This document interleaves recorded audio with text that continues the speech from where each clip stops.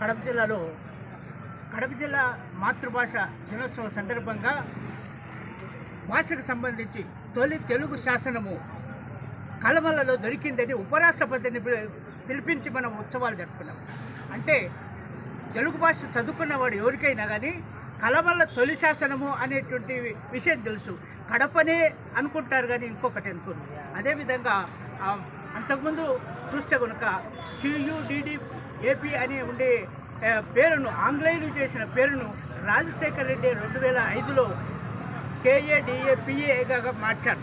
అంతేకాకుండా 2007లో కడపోత్సవాలు జరిగి అది కూడా రాజశేఖర రెడ్డి ఆధ్వర్యంలో జరిగాయి.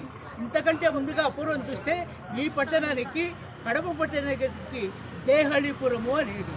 దేహళి అంటే గడప. దేవుని కడప నుంచి తిరుమలకు భక్తులు వెళ్ళేదాని వల్ల ఈ